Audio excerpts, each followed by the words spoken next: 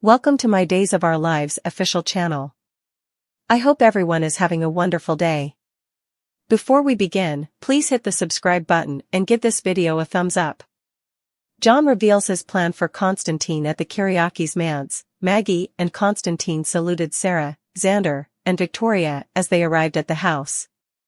"I hope that we are not late," Xander said. Maggie said she had been staying for Justin's call. Right on cue, the phone chimed. Justin told Maggie that Victor's will was out of probate, and the estate was ready to be distributed. "That's excellent news," Konstantin said. Maggie admitted that it was a relief for the probate to have ended. "I am sure Alex has heard, as well. And he must be over the moon, rejoicing as we speak," Maggie said. With a shriek, Maggie noted that she'd leave all her plutocrat to have Victor back. "Of course, you would, Maggie. Because you are not a greedy person," Xander said. Maggie blazoned that she had decided that if Victor had predeceased her, she'd become a philanthropist.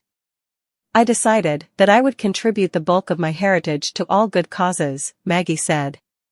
Sarah noted that she was unsurprised by her mama's liberality. Konstantin agreed. "I still feel terrible that Victor, he resolved all of his means just between Alex and me, while everyone differently, for whatever reason I cannot indeed sound, was left out of his revised will," Maggie said. Maggie explained that she wanted to admire Victor's wishes, but she believed the right thing to do was partake some of her fortune with the rest of the family. As Maggie rattled off the names of family members, Konstantin cried "no" at the citation of Xander's name. "You cannot do that," Konstantin said. Maggie goggled daggers at Konstantin. Xander asked Konstantin if he'd prefer it if Maggie gave her heritage to Konstantin. "Do not be ridiculous. I inked a prenup. Not a penny will be mine," Konstantin yelled. Konstantin explained that what he'd expostulated to was Maggie making a Gadarene decision about her heritage. "I've given it a lot of study." "For times," Maggie combated. Xander asked Konstantin why he felt he'd the right to tell Maggie what to do. Xander reminded Konstantin that Maggie was only marrying him because of his visa. "Xander," Sarah advised. Xander refused to stay silent about Konstantin's desire to condemn Maggie's decision. "Defend yourself. Explain yourself," Maggie told Konstantin. Konstantin told Maggie that he loved her big heart. "I apologize for overpassing. I admire and respect the nobility of your plan to contribute your fortune in the most honorable of ways," Konstantin said. Maggie thanked Konstantin for the explanation. Victoria started to cry, and Konstantin said it was time for his walk. On his way out, Konstantin told Maggie that he was proud of her decision. After Maggie took Victoria out into the theater for air, Xander frowned. "Like hell he's proud. I mean, my God, how can your mama not see through that greedy son of a wine?" Xander murmured. Sarah advised Xander to keep his voice down. Xander argued that it was egregious that Konstantin was frightened at the idea that Maggie wanted to give away her plutocrat. "It was egregious to me, too," Sarah agreed. Xander was worried that Maggie had given Konstantin the occasion to defend himself. "Konstantin is a con man, Sarah, and a dangerous bone." At that, Xander said. "You heard my mama. He's not going to get a song from her." "There is a prenup for one thing," Sarah combated. With a shake of his head, Xander said he didn't believe a piece of paper would stop Konstantin. "I just have a veritably bad feeling about this," Xander rumored.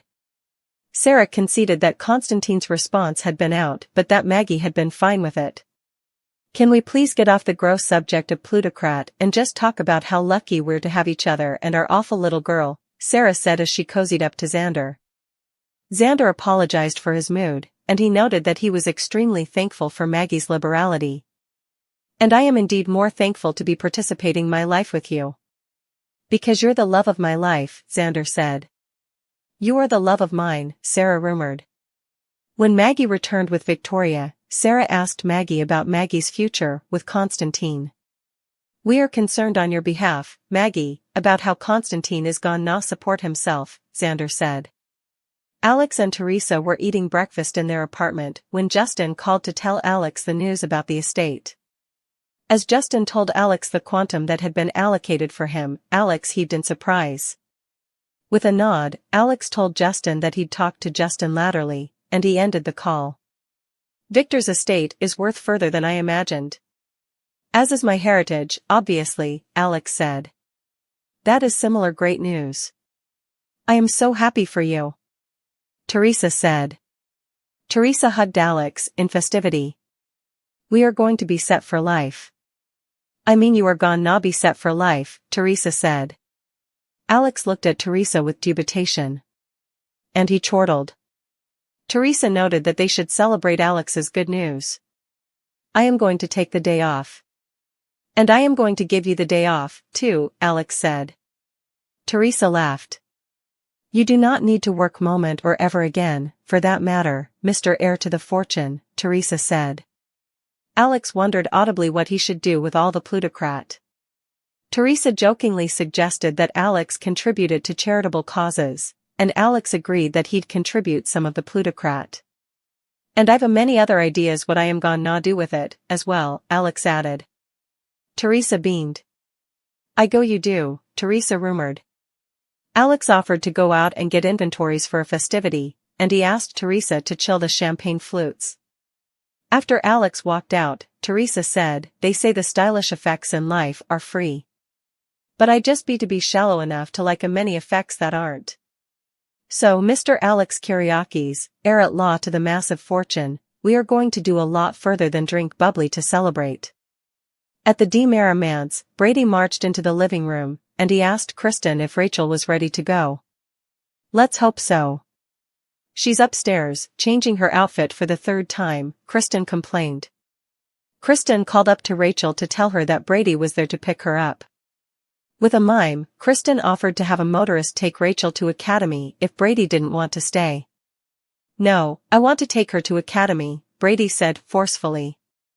Kristen invited Brady to join her for coffee, and she said that Rachel had loved her time at the terrarium with her father. It was delightful, Brady verified. Brady said he'd like to spend further time with his son. Of course, you would. And I know Rachel wishes that, too, Kristen said. When Kristen noted that Brady could spend further time with Rachel, Brady advised Kristen not to play with him.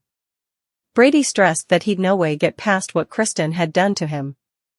The way I feel about you goes way beyond resentment, but let's not do this. I do not want Rachel to come down then and see us fighting again, Brady said. Kristen agreed.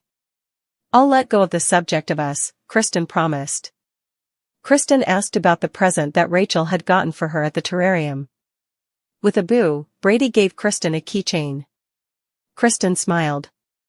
Brady verified that he'd bought the gift, but Rachel had promised to pay him back when she entered her allowance. And speaking of plutocrat, I just wanted to let you know I will not be hitting you up for child support after this month. I know that you were left out of your forefathers' will, Kristen said. Brady told Kristen that he'd continue to make the payments. And I will continue to accept the visit scraps that you are willing to give me. Because I know that sooner or laterly, you are going to squinch up, like you always do. And I'll recapture full guardianship of my son, Brady said. Alex walked in, and he made a big show of being happy to see Kristen. As Kristen and Alex kissed passionately directly in front of Brady, Brady asked Kristen to tell Rachel that he'd be staying in the auto. Brady walked to the doorway and shook his head at the sight of the suckers, also he left. Damn, you're looking sexy, Alex said. With a laugh.